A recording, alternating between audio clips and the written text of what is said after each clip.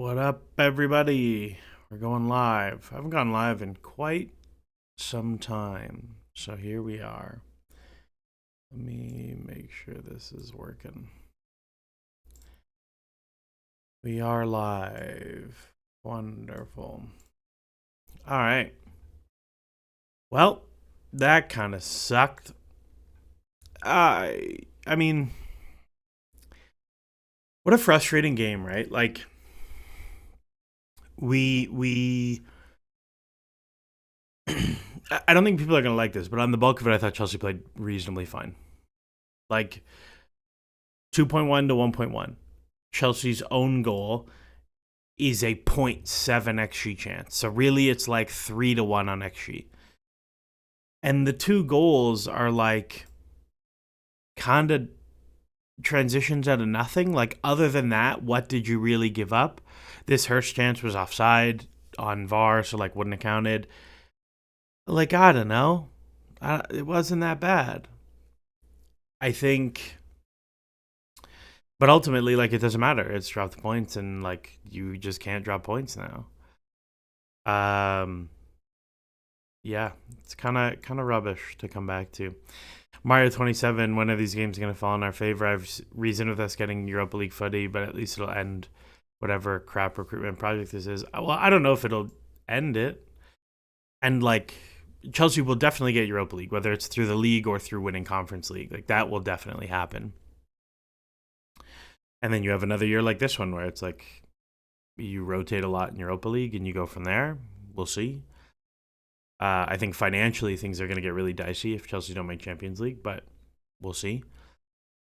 Yeah, pretty frustrating. Alex Stefano's top 5 seems to be done. What now? Do we have to sell massively? I don't think it's done either. Like, Chelsea are on 54, Villa are on 54, Newcastle are 1 point behind but have 2 games in hand. They play United today. Maybe they beat United, maybe they don't. But you look at kind of the run-in, and so you've got Villa, who have Newcastle, very tough game. City, very tough game. Fulham, very tough game. Bournemouth, very tough game. Spurs, very tough game. Well, Spurs, not very tough game. United, not an easy game. That's a really hard schedule to get through. Very, very, very difficult schedule to get through. Forest, who are 2 points ahead. Spurs, like, they're probably well set up to win that game. Brentford, tough game for them. Palace, tough game for them. Leicester, probably set up to win that game. West Ham, tough game for them. Chelsea, final day, could be a tough game for them. Not an easy schedule. Like, last year, they took 3 points from those 5 games. And if they only take 3 points from those 5 games, it will not be enough for Champions League. No way. Similarly, Villa took 4 points. I don't think Villa will take 4 points. I think they'll take more, but very tough for them. Chelsea take 1 today. Same as last year.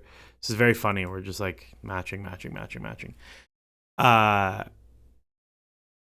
Chelsea take 1 today. Fulham, Everton, Liverpool. Fulham and Everton have to win both. 100% have to do both.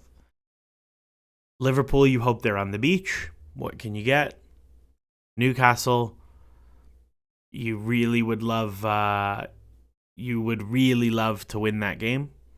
And then United and Forest. And you see where you go. So that would be very, very nice. And then you have Newcastle, who are like in a very, very good run right now. United, Villa, Ipswich, Brighton, Chelsea, Arsenal, Everton. Like, hard game. Should win. Like, it's not. None of these teams have an easy run-in. Bournemouth, Fulham, hard game. Palace, hard game. United, hard game. Arsenal, hard game. Villa, hard game. City, hard game. Like, nobody has an easy schedule. The team with the easiest schedule is City, who have Everton, Villa, hard game. Forest, hard game. Wolves, easy. Southampton, easy. Bournemouth, hard game. Fulham, hard game. Like, there's no easy games the rest of the way for any of these teams. Forest is in the cup. Like, all of these teams have a hard schedule the rest of the way. And, like, it has worked out such that all of these teams that are fighting for Champions League are all playing each other to end the season. Like, it's going to be whoever wins all these games. Like that's how that's gonna go. So I don't know. You also have this whole thing with Newcastle, like Eddie Howe's and like who knows what happens with that. Like very, very, very, very tough, very, very tough run-in down the stretch. It's over, boys. How many more guaranteed years of this ownership? 7 now, I think. Yeah, before they can sell. But you never know. Like Todd Bowley could sell and then Clear Lake do something different. Clear Lake could sell to Bowley and they do something different. You never know.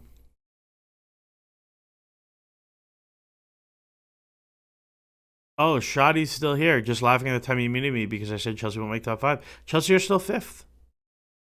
They're still 5th. Come chat at the end of the season. Come chat at the end of the season. And then see. Come chat at the end of the season and let's see. Glad to have you, though. You being here gets me paid. Cheers. Interact more. So that's fun.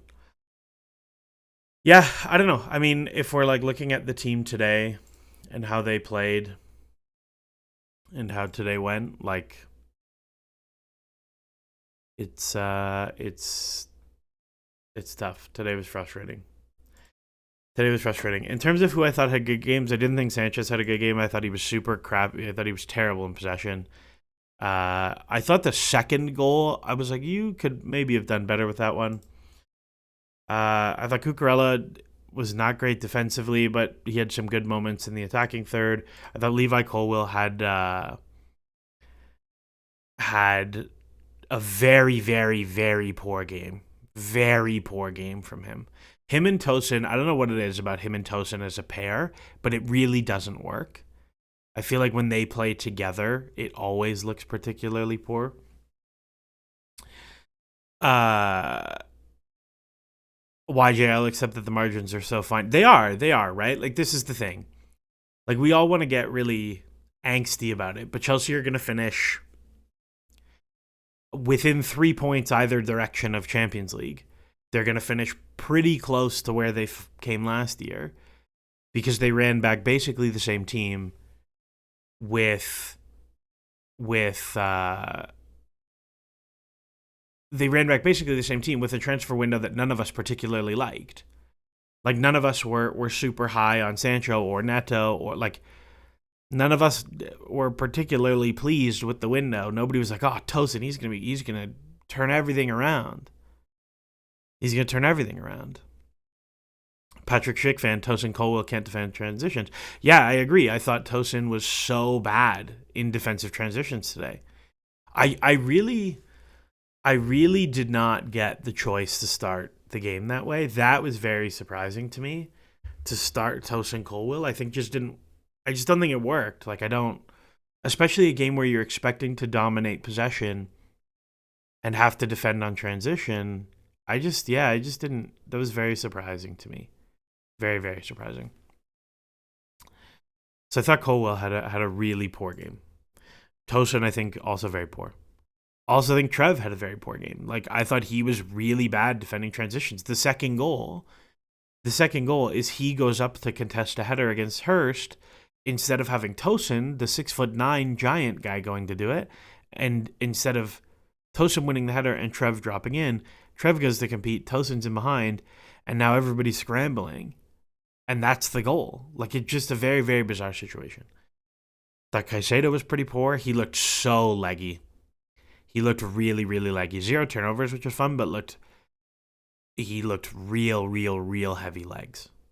Real heavy legs. Enzo Fernandez, I thought, had an excellent game. He puts up like 0.5 XG plus XA. I thought he was very, very good as a passer. I thought his box rivals were really good. I thought he was very good in the counter press. I thought Enzo Fernandez had a very, very good game on the right-hand side of the pitch. The flip side of that is it puts Palmer on the left, and we've seen, like, there are some things that work when you put Palmer on the left, and I thought today was a game that it didn't really work. I think one of like whatever. I didn't prep my tactical board, but one of the things that I like, one of the things that I don't want that one. I want one where we have the ball. Let's see one. Nope, we don't have the ball. I don't feel like prepping it. There, we got the ball. Okay, so one of the things that worked really well for Chelsea today, and then they just stopped doing it, was Ipswich play 4-2-3-1. They defend 4-4-2. Okay? And their solution, it's funny, the names here, Joe Felix is funny. Their solution, basically, when the ball would go to wide areas, and you would get whatever 1v1 you would want, is that they would bring this player, they would bring the winger low, and they would bring the winger as the extra player and leave the 8 inside so that the center back didn't have to come. And what this action is really, really vulnerable to is you make the channel run and you make it early. So as soon as the ball goes to the winger, this run comes and you play, and you've taken 3 players all the way out. And now this player makes the box rival, this player makes the box rival, this player makes the box rival, this player makes the box rival, whatever. And it works really well. And I think one of the things that should work when Palmer plays on the left is he makes that run. And he gets slips and he gets all these amazing chances. The thing is, Palmer's very bad at making off-ball runs if he's not going to get the ball. If he's not going to get the ball, he won't make the run. And we saw Chelsea's great chance for Nicholas Jackson in the first half is Maresca gets it, Enzo Fernandez makes the run, and then you get a square, Jackson hits the post. Right? Like, that's the big chance of the first half. But it happens right away because they double. Enzo goes before this player can pick him up, and the center back doesn't want to get pulled out, so you get an amazing chance. And we saw a couple times on this side that Palmer would do it and would get something. But really, he wants to come, he wants to get it to feed, he wants to drive inside, he wants to do whatever. And it's just way too late. And then it takes forever, and then you have Neto just stops the ball, and it slows it down, and it's just blah, blah, blah. So that to me is like... That to me is the thing that I'm like, I just wish we saw more of that. And, you know, I think Palmer's in like a deep, deep rut. I don't think he played well at all. I feel like he's making a lot of decisions where he's choosing to shoot or choosing to drive, and it's the wrong call. Or he's choosing to try and slip someone when he should keep going. It's just a lot of shots from outside the box, and it's just, I don't know. I don't know if that's the one.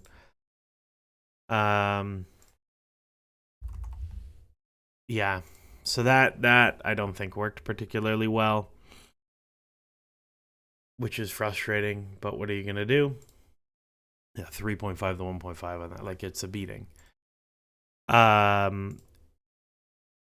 If Badiashile had started, he also likely would have had a bad game. Not a great selection. Yeah, I don't know. I think Badiashile is a useful player. I actually like when him and Colwill play together as a pair. I don't hate it. I also quite like Badiashile left back minutes this season. What else is up here? I appreciate putting a positive spin on the run-in. When do we accept the early season form had an element of new manager bounce? And Maresca has since shown inexperience as subs and transitions. That's not really how new manager bounce works. Like, the theory behind new manager bounce is that a team is underperforming their metrics because the players are done with the manager. You fire the manager and you recover that performance, right? Like, that's how it is. But I don't think... Like, Chelsea didn't really underperform their metrics under Pochettino. They did a little bit, but not like that. And I also don't think the players, like, disliked him by the end. I think Maresca absolutely has gotten some things wrong.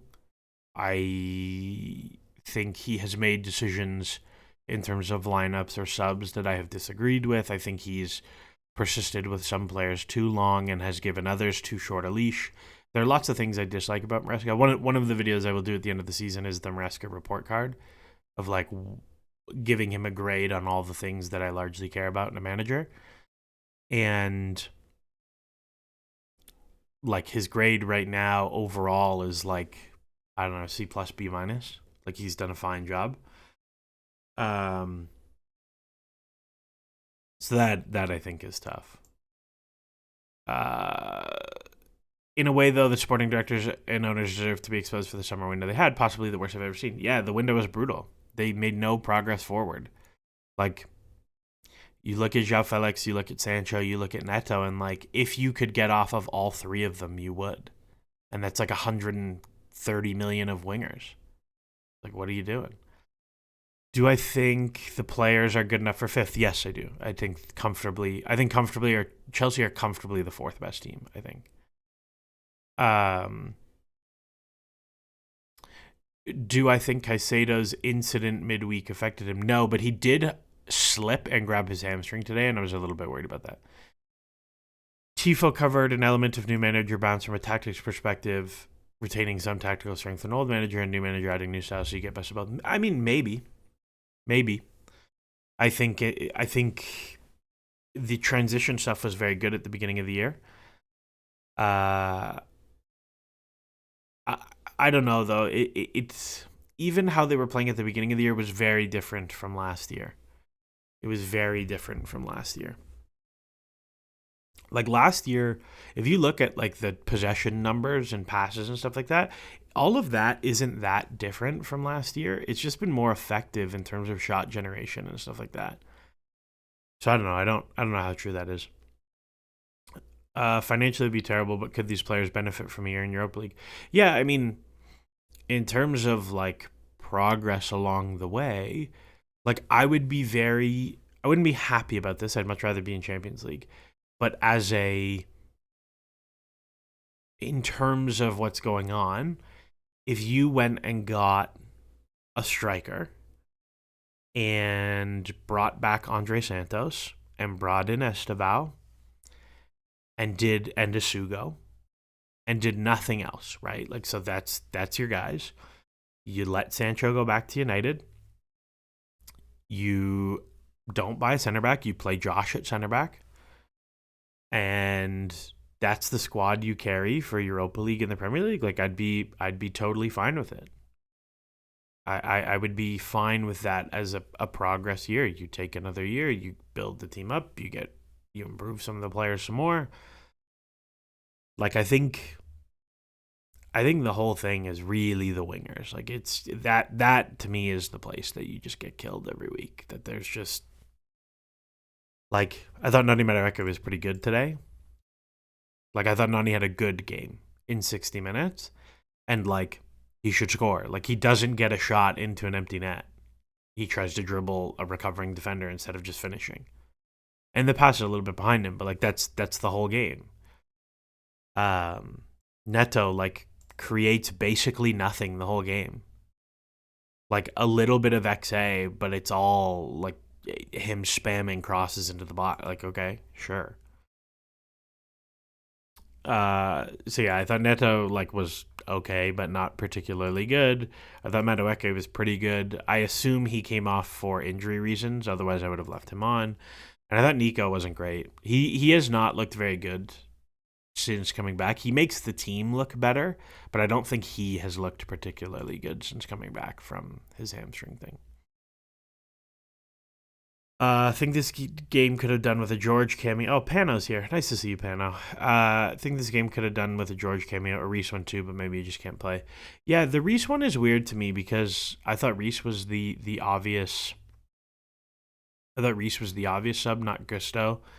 And Gusto, I thought was so bad, man. I thought Gusto was so bad, and also like. You come on to bring him central, but then he never breaks the line. He never makes runs through the box. He never makes runs into the channel ever. What's the point then? Like, he's not a good passer from deep. He's a good connector, and he's a good off-ball runner. But if you're going to have him be deeper, like, what's the point? Just bring James on. I don't know, but maybe James can't do another 45.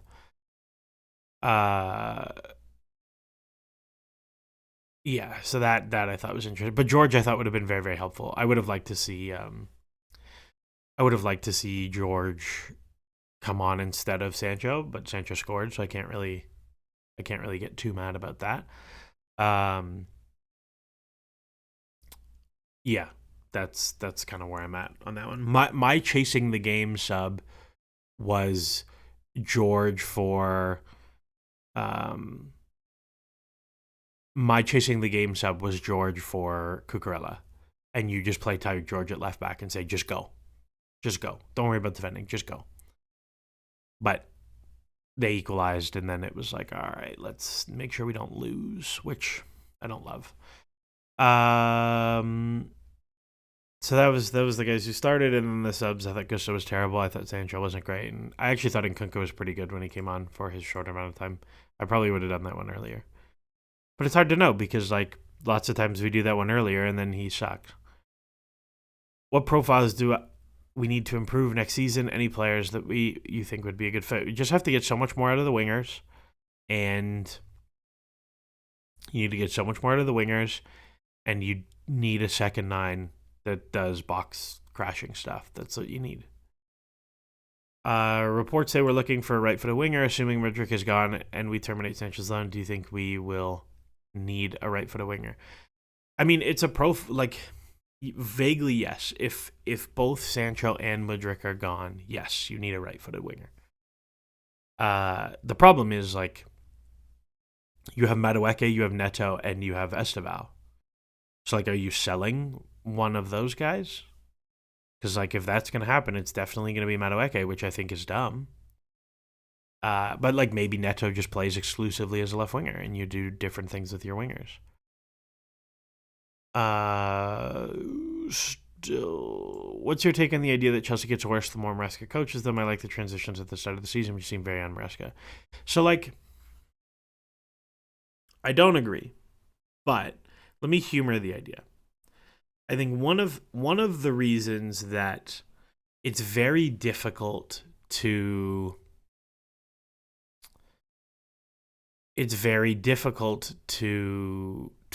say things like that. Like we would say, oh, the more Poch coached them, the better the team got. When like, yeah, the team got a little bit better in the final third of the season. They won lots of games, but they were mostly playing against teams on the beach and hit like an insane finishing run.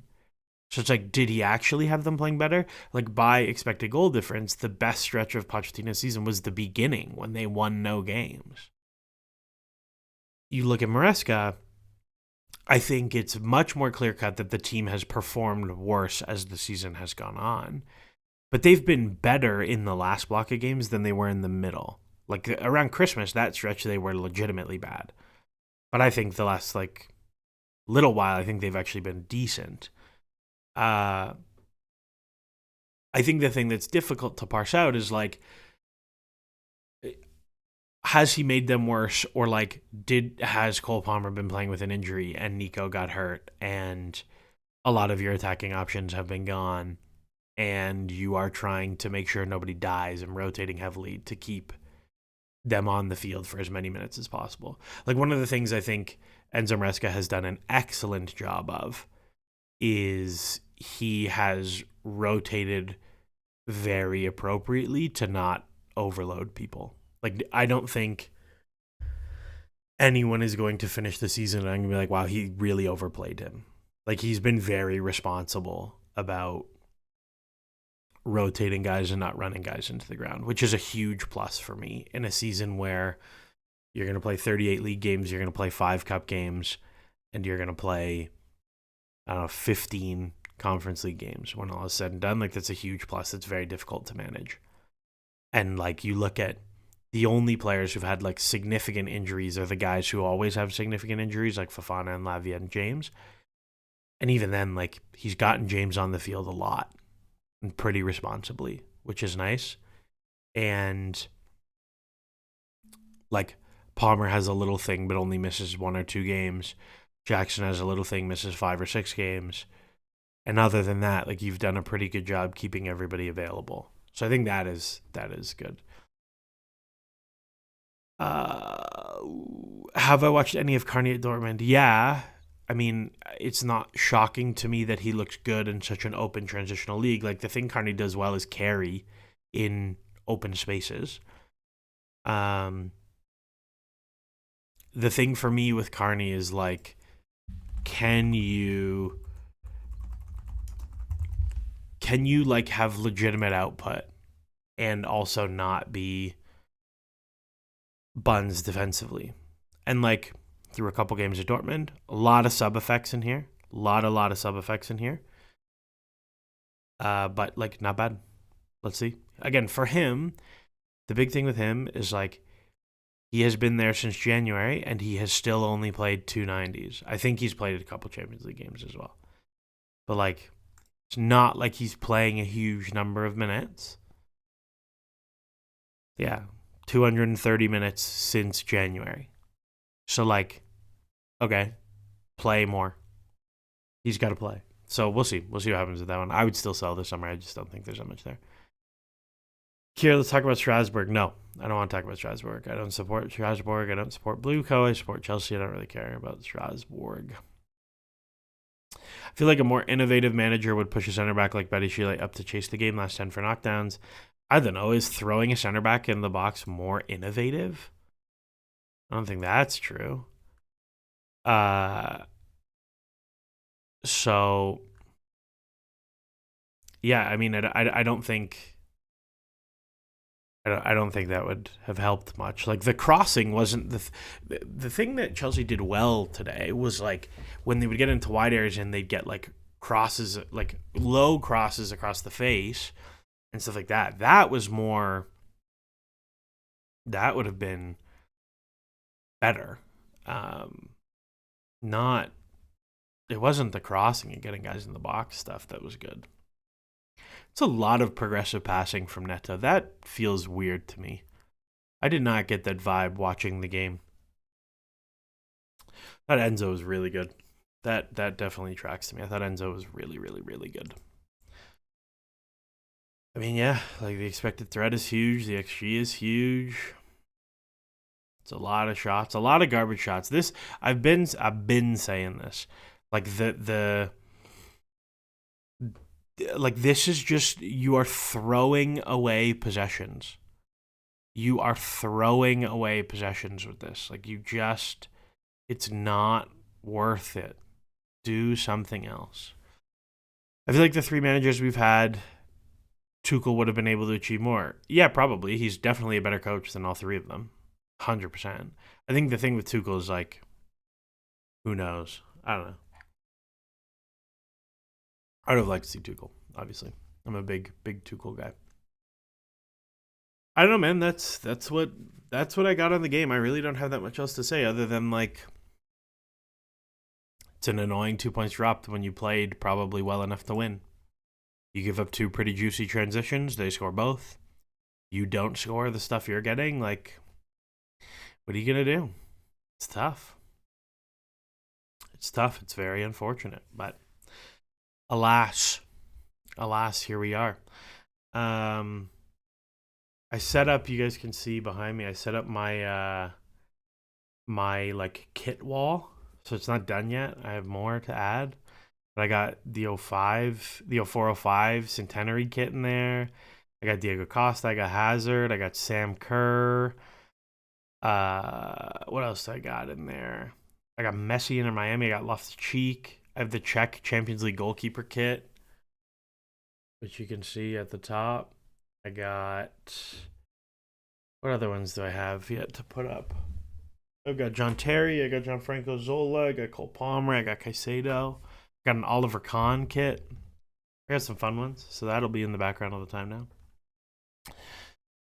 Has Jackson's shot volume dropped off?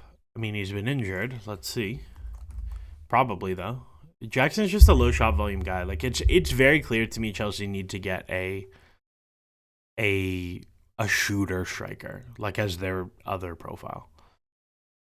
2-2-2-2-2. Pretty normal for him in the last couple games. 2 shots in 80 minutes, 2 shots in 45 minutes. I think today he took 5 shots. Yeah, 5, but a lot of headers. So, like, no. I mean, for the season, his shot volume's up, like, quite a bit, actually. That's a pretty positive sign to me. Yeah, I'm not super concerned about him. What kind of coach do I think suits the squad the most? You have insane talent in transition, but as the project progresses, those opportunities will become more scarce. See, like, I know people are like, you have insane talent in transition, but like, the thing is, like, all good attackers are better in transition. Like, that's how soccer works, right? Like, attacking in transition, you give up volume for quality. Like, that's the trade off. Transition attacks are in general better than settled attacks, but you get less of them, and they're more random and more at the mercy of the opponent in terms of like how much can you generate them. Um, so like you like everyone should play in transition. Every team, when you have the opportunity to counter, should play in transition. Chelsea do that. Like, watch the transition off the corner. Ipswich overhit a corner in the second half, and then Gusto slides Neto, and Neto ends up getting blocked. Watch Chelsea's players sprint in transition and tell me they're not looking to play in transition. Like, they absolutely are. They absolutely are looking to play that way. I think the balance of how much risk Chelsea take in transition could skew towards more risk. I think that's totally true. Um, but like, I don't think I don't think you can be like a team who wins leagues and titles being a primarily transition team. Like, you're gonna defend, like, you're not gonna press, you're gonna defend deep, or you're gonna be a 40, like, that's even you look at like Inter and Atleti, like, they have to play against most of the teams. That's just how they play in big games, but against most of the teams they have to play that way. What worries me most is we have very shaky defenders in terms of box defending in wide spaces. The wingers also largely lack penetration or goal threat. Yeah, I mean, it's the wingers. The center backs or whatever. Wish we'd get Osimhen. Yes, sure. I totally agree. We'll probably get Delap. Yeah, I'm not as high on Delap as everybody else. Thought he was good again today, though. I know you're skeptical of Atalanta players. Oscar Schurving Grilling. I know you're very. That's a great name, by the way. You sound like a winger from Molde or something. Like, you play for Bodo. That's like Oscar Schurving. What is it? Oscar Schurving Grilling is a fullback for Bodo Glimt. Yeah, I know that you're skeptical of Atalanta players, but do you think that Retegui might scale up given his box prowess and ability to do the easy stuff? The thing with Retegui is like, he hasn't done anything like this in the past. Like, he has one good season in Argentina. Argentina's a bit of a mess, but like in Europe, he was not very good for Genoa last year. So I look at it and I'm like, oh, he goes from Genoa, who had an okay season, mid-table Serie A team, to the craziest team in Europe in terms of how they attack, and all of a sudden he starts scoring a ton of goals. Like, I just wouldn't. And Atalanta sell well is the other thing. They sell for big fees. Like, I just wouldn't. I don't think I would do it. Playing transition with Gusto in the team. Yeah, I just hate. I hate Gusto. What point does Rosinho take over from Maresca? Never. Don't think it happens. Pano brings up Ekitike, averaging 4 shots a game in the Bundesliga. I really like Ekitike. The thing with him, for me, is that fee is going to be disgusting, because he's also like probably not a great finisher, but you never know. He's way behind this year anyways. The thing with Ekitike for me is like, Frankfurt sell well. They just sold Marmouche for 100 million, so they don't need to sell him. So you know the number they ask for is going to be stupid. But I quite like him. Like, Maresca said the other day about, if I could have a copy of Jackson, I'd be happy. Like, if that was what you wanted to do, this is the player I would go for. Retegui screams Belotti. Yeah, I don't think he's Belotti. I think he's like quite different as a player. Like, Belotti was much more poacher, whereas like I think Retegbi's like pretty good off ball runner. Like I think there's stuff there, like pretty good passer. Ooh, excuse me. But yeah, not the one. Who would I say is our best center back? Levi Colwell, not close, and he's very frustrating. Victor Visby, I think current Liverpool are a really good benchmark for how much a title-winning team can rely on transitions to create, which is a level I don't really see Maresca getting to, hence why I asked. Yeah, I mean, it's a fair point. The counterpoint that I would make to you is that Liverpool are going to win the league with like 85 points, which is the worst. Like they're probably the worst title winners in quite some time. Like I think it being a not strong league season is helping them a lot. So I don't know about that one. I would love for United to win this game. That would make me very happy. Yeah, that'd make me I'd be very pleased if United won this game. Any other Jackson clones that you also just because I got distracted to talk about Liverpool.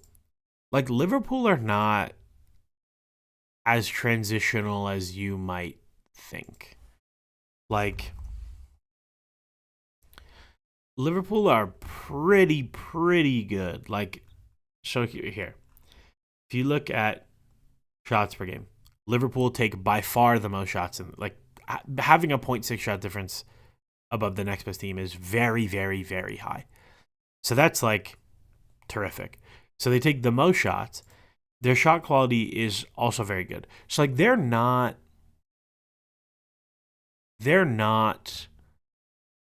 this is not the profile of a team that attacks only in transition. Like you simply cannot get 17 shots a game only attacking in transition.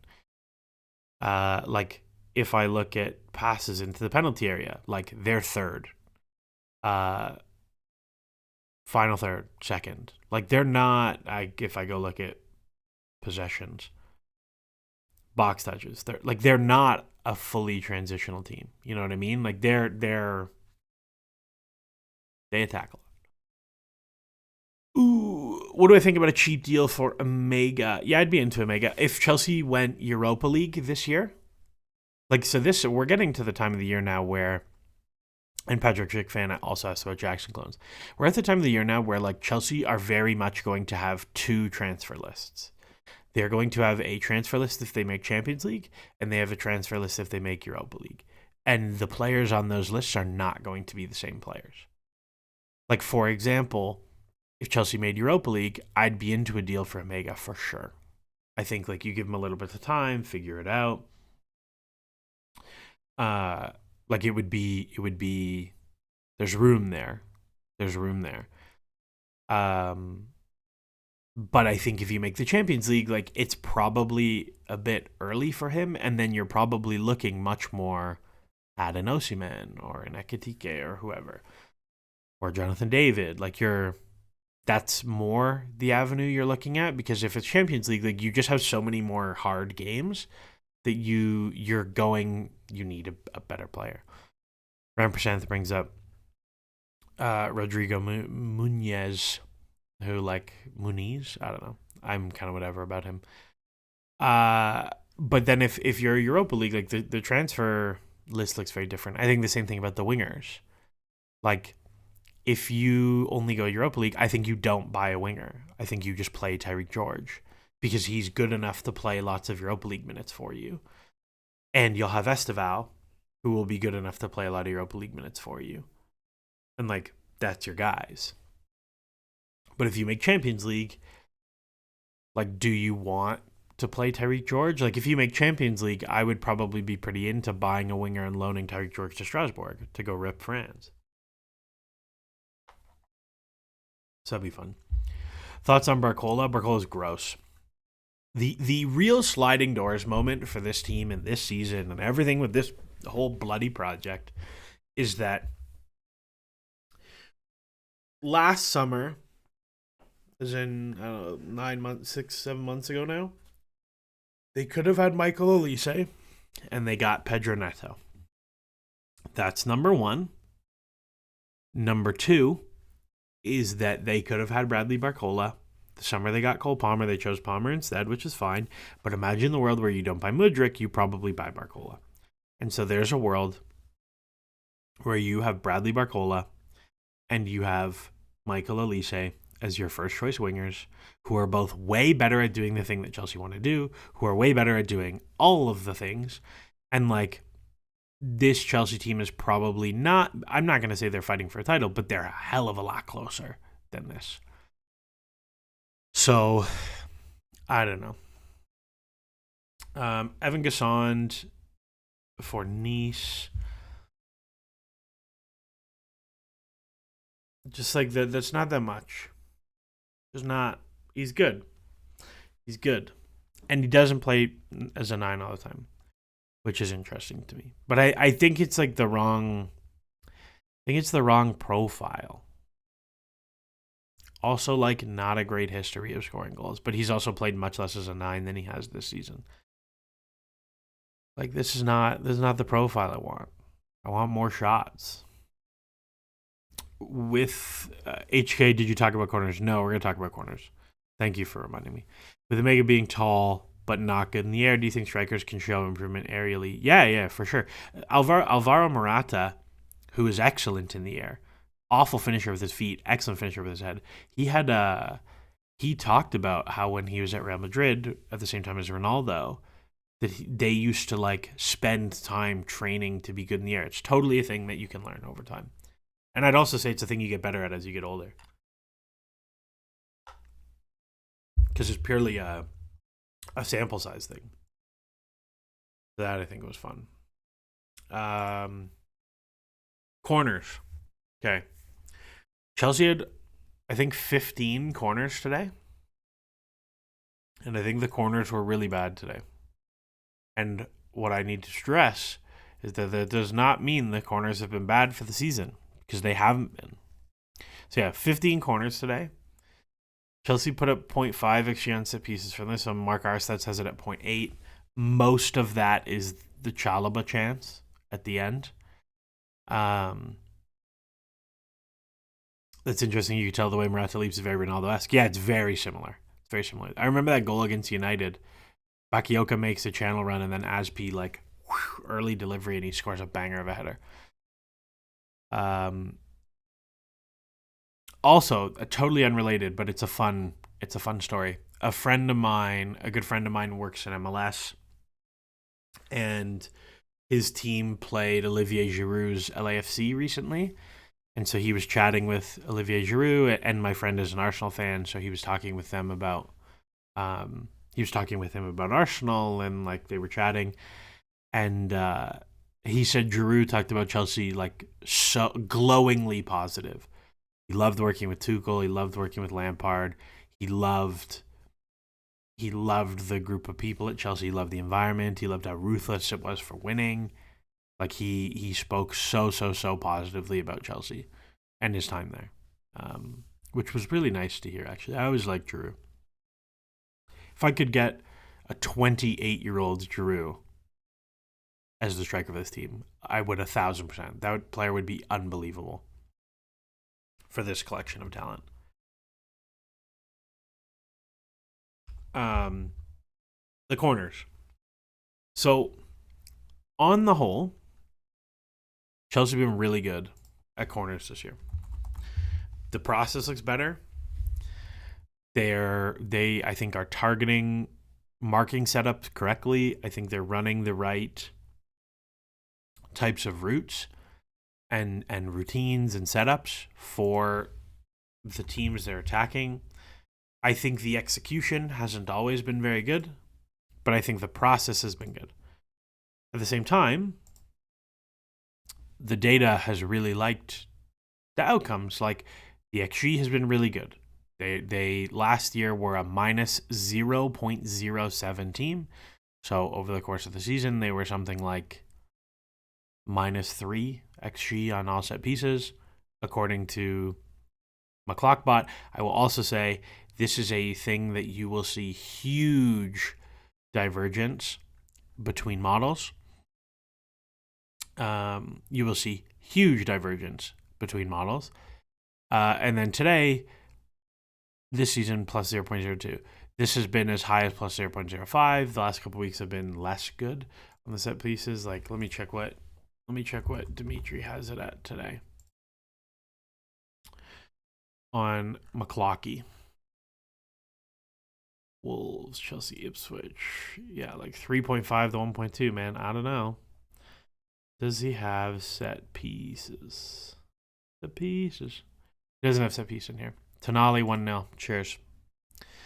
Lord Flacco, I didn't need that in my life. Also, I can't believe they dropped Onana for Bayendier, who stinks. That guy's actually garbage. So that's annoying. Yeah, so like Mark Arsted's is at 0.8 because you have the Chalobah header at the back post. So like big swing in that today. The problem with today is today was the first time that I was looking and I was like, I actually have no idea what you're trying to do with the set pieces. I thought a couple times they ran this one. So they'd take the corner, they'd play, this player would get themselves on side, and then they'd just play them straight into a 1v1. I thought that routine worked really, really, really well. Really well. I thought it did exactly what they wanted. They got really decent entries out of it. They didn't get much in terms of shots, but I thought it was really good. I thought the short corners in general worked really well. Ipswich were slow to get people out. I wish they did more of them. But on the delivered ones, it was like they'd have like staggered back post guys, and then they not really make any movement off of it. And then they ran a couple like hard near post runs that nearly came off, but the deliveries were like floaty. The process was like not great on the corners today. I wasn't really sure what they were trying to do. And I think especially once Tosin goes off, like I 100% would have started to look near post like whippy ones more, because like when you have a size advantage, right? When you have a big size advantage, you should be looking back post because you can put it higher in the air and they can go win it. But when you're smaller, you need to hit like fast across the near post because they can beat them to the spot, right? Like that's how that works. So when like your only aerial threats are Colwill, who stinks in the air, and Chalobah, who's okay but not great, like you got to be a little bit more, I don't know, a little bit more creative. What would my back four be for Fulham? My back four for Fulham would be Reece James, Trevoh Chalobah, Levi Colwill, and Mark Cucurella. That would be my back four, for sure, for Fulham. For Legia midweek, which is probably more fun to think about, I would rotate disgustingly heavily. I would go Jorgensen. I would go Josh.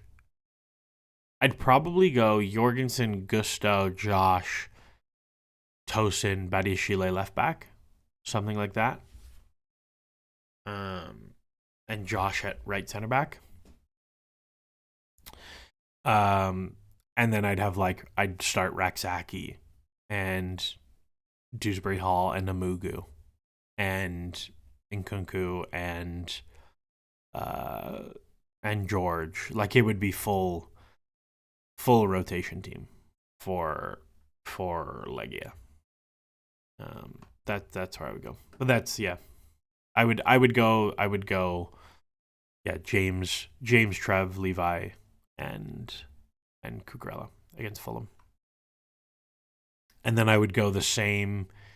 I would go Sancho or George ahead of Neto, but otherwise the same team that started today. I would also think about Nkunku, left winger. I would think about it. I thought he was pretty good today. And I think there's something there with Nkunku left winger if you have like width. The other thing you could talk about, and Oscar brings this up, what do you think about Palmer getting put back out wide, trying to make that position more like Salah's in order to get Palmer closer to goal? I think I think for Palmer, I think he's better when he plays wide. Because the thing with Palmer playing wide, right, is when he starts wide and then comes inside, it's not like the opposition hasn't set up in such a way expecting him to be in that space because he's the wide player. So when he comes in here and he receives like with movement forward, like with movement to go towards goal. But when he's central, his movements are often out of dangerous areas to get the ball instead of into dangerous areas to get the ball. The tough thing with this is like Maresca is also very good, and you want to play both of them. And it's going to be the same issue next season with Esteban. Like, you can't play him and Maresca at the same time as right wingers. I do think there are games that I would be into it more. There are also games where I'd play Palmer as a left winger, and I'd be like, yeah, let him be Phil Foden. But I think for now, Maresca gives you enough. And it's not like you have a third midfielder today that you're itching to play. Like if Lavia was fit and you wanted to do Tenzo, like maybe. Maybe. So, but you don't. So like it makes sense to play him where you're playing him. Boo, we want Josh. Yeah, sorry. I don't think I wouldn't start him against Fulham. Who do you think is the realistic center back target to partner? Levi needs an experienced head. Yeah, it's a good question. Like, Virgil van Dijk signed a new contract. I think in terms of what you need, if you're buying someone, again, I would only buy someone if you make Champions League. If you don't, I would just run with the group you've got. Like, is it Jonathan Tah? Like, he's a little bit older. He's pretty good. He's unbelievable in the air. He can pass. Like, that's one. I think he has, like, a weird contract thing going on. I think he's out of contract this summer, actually. So, like, that's one. Do you go get Jonathan Tah, maybe? I think Bundesliga center backs have translated pretty well, but he's older. Like, if you're getting him on a free transfer and you're going to pay him huge wages, I'm not into that at all.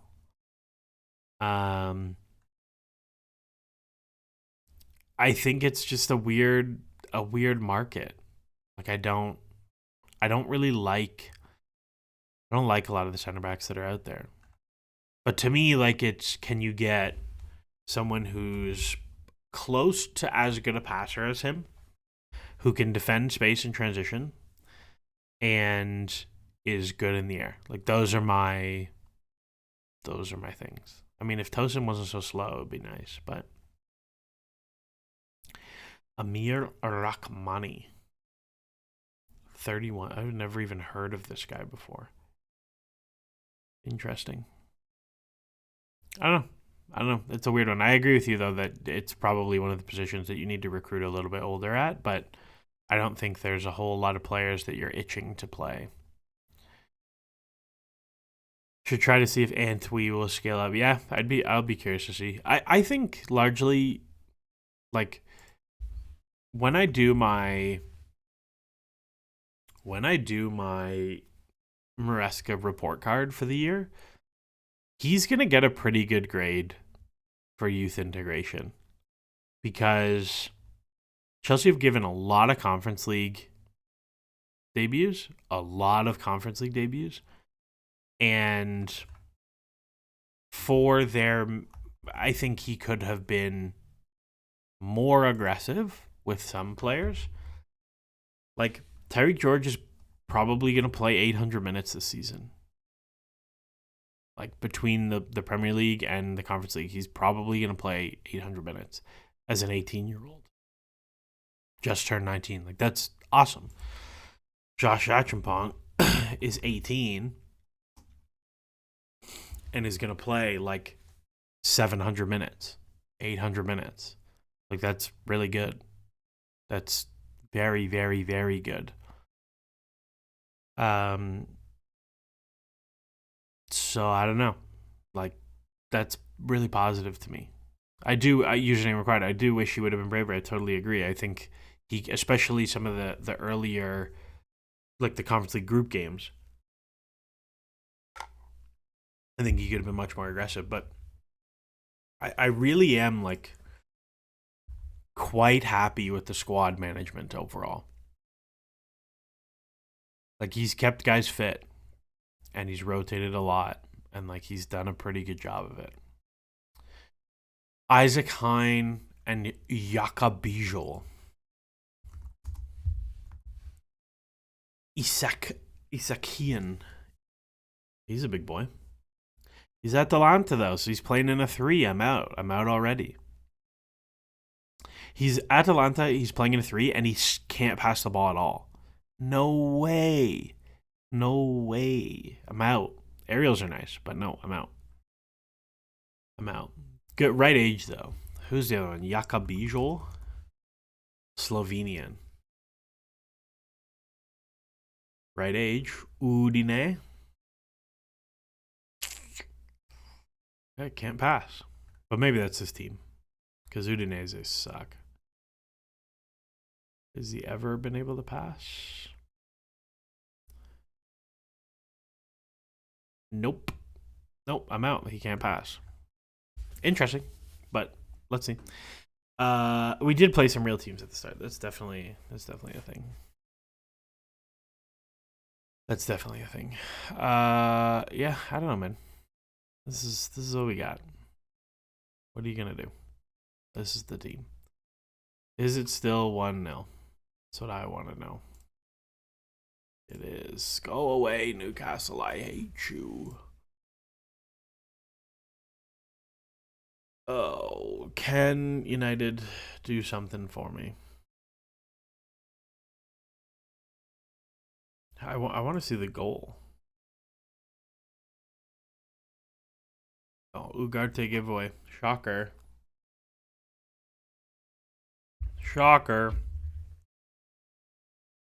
Yeah, we did play some real teams. All right, we're gonna wrap up in 5. So if you got your last questions, get them in. I gotta go find a way to fill my day. I'll probably finish this whole project behind me. How do I think the league finishes? I think the final table will be Liverpool, Arsenal, Manchester City, Newcastle, and Chelsea. That's how I think the final table will be. Liverpool, Arsenal, Manchester City, Newcastle, Chelsea. That's what I think it'll be to finish. I think Chelsea will, if you made me predict Chelsea's matches right now, Chelsea will draw Legia 1-1. Doesn't matter. I think they will beat Fulham. I think they will beat Everton. I think they will draw to Liverpool. Garnacho! I always rated him. I always rated Garnacho. I actually did. I like Garnacho. Maybe I'll probably watch that game after this. So I think Chelsea will advance past Legia. They'll beat Fulham. They'll beat Everton. They'll draw Liverpool. They'll draw Newcastle. They'll beat United. They'll beat Forest. That's how genuinely how I think it'll go. Do I think Forest? Yeah, I think Forest are a bad. Like they're not a bad team. They're just not good. And the teams they're playing, like they're not. I don't think Forest will hang on. So yeah, my bet is Chelsea pick up 3, 6, 7, 8, 11, 14 points, which would put Chelsea at 68. I think my model has them at 67. Keir Doyle's 4 short is very funny. So the funniest thing of me hating Forest is that every week I hate on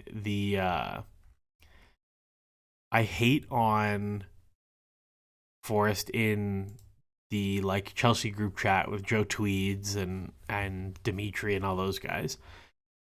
And every week I'm like, they're not good. They're not good.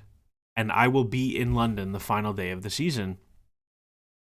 And if that game matters for Chelsea's Champions League qualification, I'm going to go. I'll find a way to get a ticket. and it almost certainly will.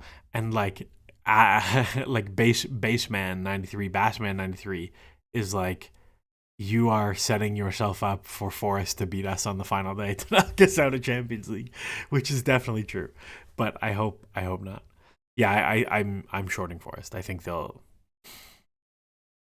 like, I think Forest the rest of the way in their final 6 games, I think they will draw or beat Spurs.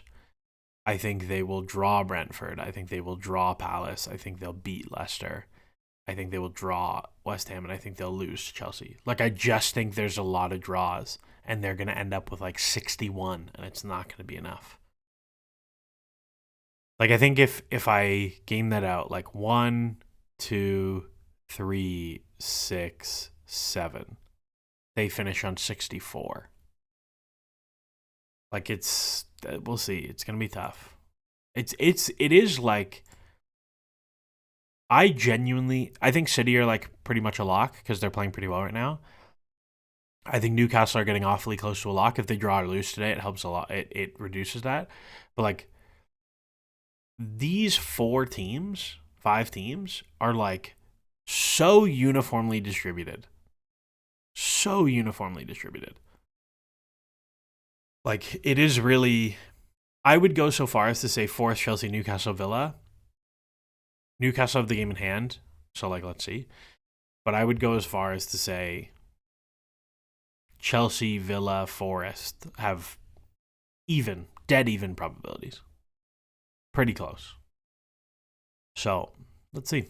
Somebody else had a center back name. I didn't see it, though. Where was it? Sam Bakuma. See, I don't like this. I'm seeing Eredivisie. Bologna. Can pass. And he wins aerials. And he's a big guy. Yeah, like gut and Bologna like actually play soccer. Like, gut reaction would make a short list. Like, I'd be like, okay, let's go watch video. 100%. Like, solid, can carry the ball. Let's see. His tackles are low, but it might just be because Bologna have so much of the ball.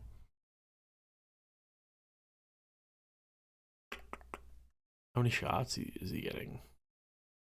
Yeah, he's like getting his head on a set piece a game. Really nice passing numbers. Passes into the final third, passes into the box. Prague passes. Some turnovers. It's not great. I'm going to bet, I've never watched this player one time in my life. I'm going to bet he's slow. If he's 4th percentile percentage dribblers tackled, I bet you he's slow. Or like, let me see.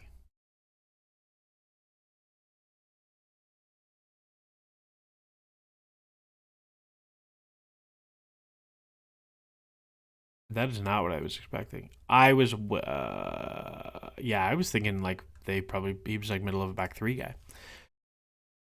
I'm intrigued. He would make my short list, or he'd make like a let's watch further list. Would I take Mateta? Yeah, I'd be into Mateta. For sure. On a free, but I think his contract got extended, so like I don't know what the pricing is gonna look like now. Mario Gila. I don't. This guy's just Serie A watcher. Mario Gila. I don't like it. He looks weird to me. Nice. Less nice.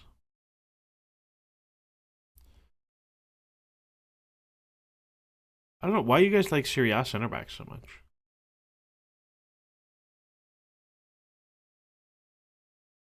Yeah, I mean, I'd watch further. I'd definitely watch further. Maybe. I like Houston a lot. I don't like the price, but I like him a lot. He's big. He's good in the air. He can pass. He can dribble. He's very, very active off the ball. He's very clearly adept as a presser. I really like Huijsen. The price is a lot, and he's very young. And I think the wages are going to be humongous. But I'd be into it. How about this for a center back profile? Holy smokes. No, too small and lefty. I don't want lefties. Too lefty. Shingo's interesting. Yeah, Huijsen would be fun. Huijsen would be fun. I'm definitely saying that wrong. But I like him a lot. But the fee is a lot. It's 50 million. He has a buyout clause. I don't know. Let's see. He's good though. Can hang. Oh man. All right, this is my last one, and then I'm dipping. How do I see Chelsea lining up next season with Santos? Midfield 3, all 3 midfielders in big games.